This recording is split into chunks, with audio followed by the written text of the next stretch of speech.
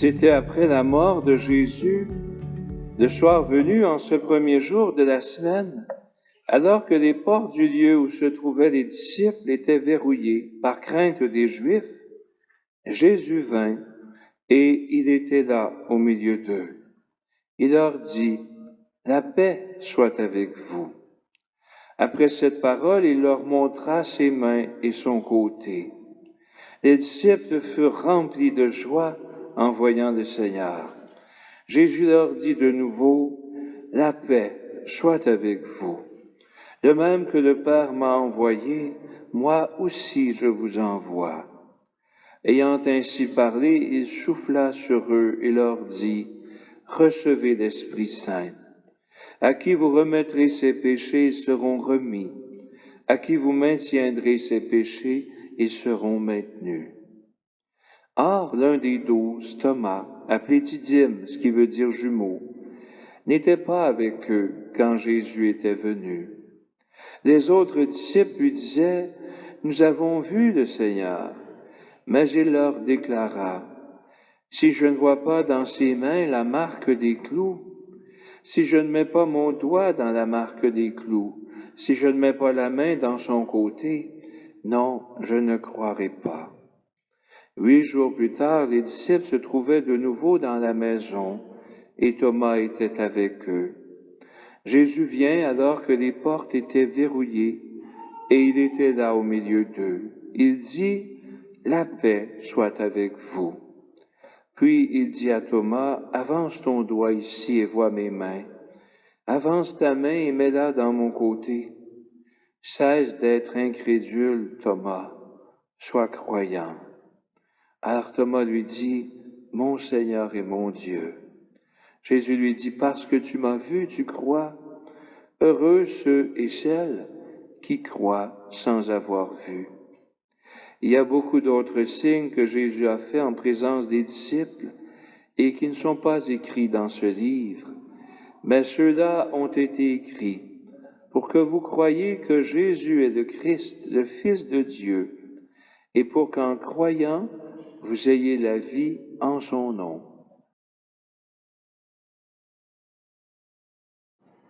Sûrement qu'il vous est déjà arrivé de dire à quelqu'un ou d'entendre quelqu'un vous dire « Hey, Thomas ». Vrai, hein? Quand on dit « je te le dis, je te crois pas, je te le dis, je te crois pas », hey, Thomas, là, hein? On a fait de Thomas le roi des sceptiques comme si c'était mal en soi. Pourtant, c'est nécessaire de douter. C'est sain d'être sceptique, voire même méfiant parfois. Il faut absolument ne pas tout prendre ce qu'on dit, qu'on nous dit pour du cash, comme disait ma grand-mère, mais de faire nos vérifications. C'est très important. Il m'est arrivé à un moment donné de recevoir un courriel. On disait, « Monsieur Mamadou en Afrique est mort. Il a fait de vous son unique héritier. Il vous laisse une fortune de 4 millions. Mais pour débloquer les fonds, il faudrait que vous nous fassiez parvenir un chèque de 2500 piastres. » Ben oui. Quelqu'un que j'ai jamais vu qui me léguerait comme ça une fortune. Voyons donc. Il y a des fois, c'est gros comme un ballon de plage. Mais il y a d'autres fois, c'est subtil. Hein? C'est des arnaques. Il faut être vigilant, prudent. Même chose par rapport à tout ce qui circule sur Internet. Il ne faut pas tout prendre pour de la vérité absolue. Il y a bien de la désinformation. Alors, c'est sain d'être sceptique, d'être vigilant, prudent. C'est un signe d'intelligence. Moi, je plains la personne crédule, naïve, qui gobe tout ce qu'on lui dit. Or, la foi, dans l'expérience de foi, le doute est omniprésent. Et un jour, il y a un auteur qui a écrit « Je doute, donc je crois ». S'il n'y avait pas de doute, on n'aurait pas besoin de croire.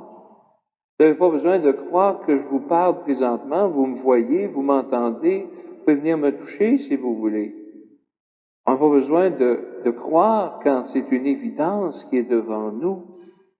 Mais dans l'expérience croyante, il n'y a jamais de preuve scientifique, d'évidence, de certitude. Il n'y a pas de preuve scientifique que Dieu existe, qu'il est créateur, que la vie vient de lui. Il n'y a pas d'évidence absolue que Jésus est ressuscité et que nous allons ressusciter pour être à tout jamais avec lui. Il n'y a pas de certitude qu'il est vraiment là tout près de nous par son esprit. On ne peut jamais être sûr à 100%. Georges Bernanos, un romancier, disait « La foi, c'est 24 heures de doute moins 1 minute d'espérance. » C'est ça. La foi n'exclut pas le doute, mais elle le dépasse. Malgré mes doutes, je choisis de m'abandonner et de faire confiance. Et dans notre vie de foi, on n'a pas de preuves. Ce qu'on a, c'est de témoignages de croyants qui, depuis 2000 ans, vivent une expérience qui les transforme et qui donne un sens nouveau, totalement différent à leur vie. C'est ça qu'on a depuis 2000 ans. C'est pas une preuve, mais c'est un signe, un bon indice. Moi, ce qui m'aide à croire, c'est quand je vois des gens et je les sens habités par le Christ. Je sens que leur vie n'est plus la même parce que lui, il est en eux, présent, vivant, agissant. Je pense notamment à sœur Violaine Paradis, que nous avons accueillie au début du carême. Je ne sais pas s'il y en a qui étaient là pour entendre son témoignage. Mais moi, ça me touche, son histoire. Une femme qui était comédienne, elle avait un copain, elle songeait à fonder une famille et comme plein d'autres personnes au début de sa vie adulte, elle a expérimenté le sexe, des soirées bien arrosées, alcool, drogue. Elle était distante de l'Église, là, c'était pas le genre à aller à la messe tous les dimanches. Il y avait un fond de spiritualité en elle. C'était une fille qui se cherchait beaucoup, qui n'était pas nécessairement bien dans sa peau. Il s'est passé une expérience un jour qui l'a totalement transformée. Elle n'a pas vu le Christ avec ses yeux de chair. S'il y avait eu une caméra de surveillance, il n'y aurait rien capté. Elle l'a rencontré ici, à l'intérieur. Elle l'a vu avec les yeux de la foi, les yeux du cœur. Et ça a provoqué un virage à 180 degrés dans sa vie. Et c'est ce qui l'a emmené à entrer dans la congrégation Notre-Dame, à devenir religieuse. Elle dit souvent, jamais dans mon enfance, mon adolescence, ni même au début de ma vie adulte, j'ai pensé à être religieuse. Quelqu'un m'aurait dit, un jour tu vas être religieuse, je me serais étouffé de rire. C'était impensable pour moi. Je pense qu'il y a juste le Christ qui est capable de provoquer des revirements de situation semblables.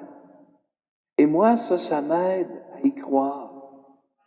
Dans l'Évangile, on fait de Thomas le roi des sceptiques, mais est-ce que la communauté l'a vraiment aidé à croire? C'est vrai. Ils disent à Thomas, on a vu le Seigneur ressusciter. Pourtant, 8 jours plus tard, rien n'a changé. Ils sont encore au même endroit, à la même place. Ils n'ont pas avancé dans leur cheminement spirituel, dans leur cheminement de disciples. Ils sont encore dans la même maison, les portes sont encore verrouillées, donc ils ont encore peur. Comment voulez-vous que Thomas les croie? Il n'y a rien qui a changé en eux. Pas évident. Et cette maison verrouillée est comme un tombeau. La mort de Jésus les a tués. Ils sont morts eux aussi. En dedans, il y a quelque chose qui s'est brisé, qui s'est éteint. Et qu'est-ce que le ressuscité fait? 2 choses. Il commence par leur dire, la paix soit avec vous. Il le dit 2 fois lors de sa première visite, puis il le redit lors de sa deuxième visite. La paix soit avec vous. Il leur reproche rien, il n'est pas dans la rancune. parce que Judas l'a trahi, parce que Pierre l'a renié, puis parce que les 10 autres ont foutu le camp, l'ont abandonné lâchement, il est dans la paix et veut leur communiquer cette paix. Cette paix qui résulte du pardon, qui résulte de l'amour. Et la deuxième chose, il souffle sur eux. Je ne sais pas si vous vous souvenez, dans la Genèse, il y a 2 récits de création du monde. Il y en a un où Dieu nous est présenté comme un potier. Il prend une motte d'argile, puis il façonne l'être humain, puis il est dit qu'il insuffla dans ses narines un souffle de vie et l'homme devint vivant. Le ressuscité souffle sur ses disciples.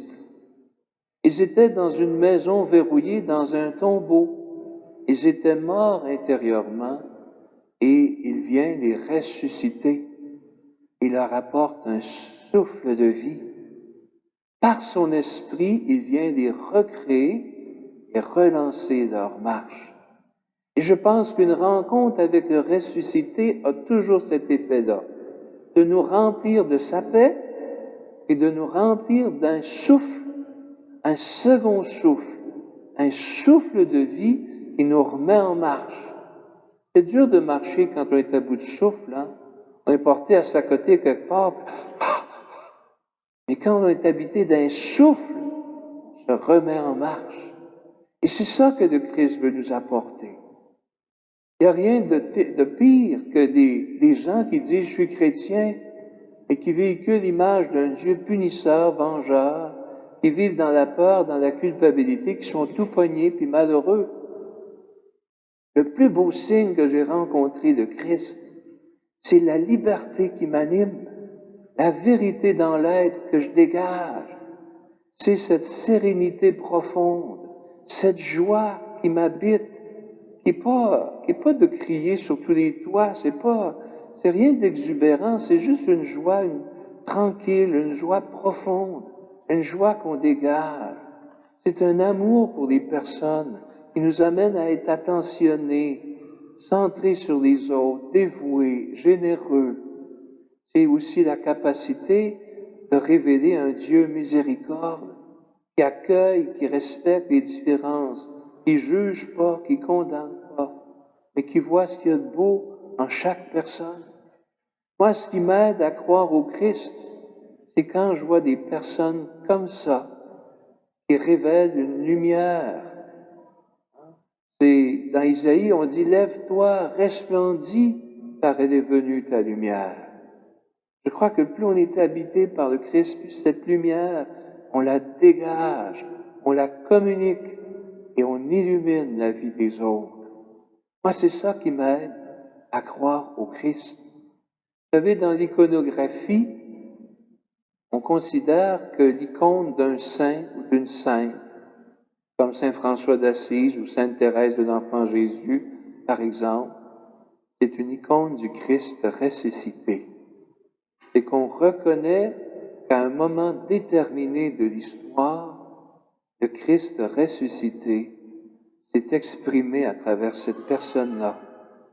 Il l'a transformée et il a été agissant à travers elle. Soyons nous aussi des icônes vivantes du Christ ressuscité. Que les gens, en s'approchant de nous, le rencontrent, le reconnaissent à travers nous et aient eux aussi le goût d'y faire une place dans leur cœur et de le refléter au quotidien. Puissions-nous, comme Thomas jadis, pouvoir nous dire « Mon Seigneur et mon Dieu » et pouvoir être signe de la paix et de la joie profonde qu'il apporte. Amen.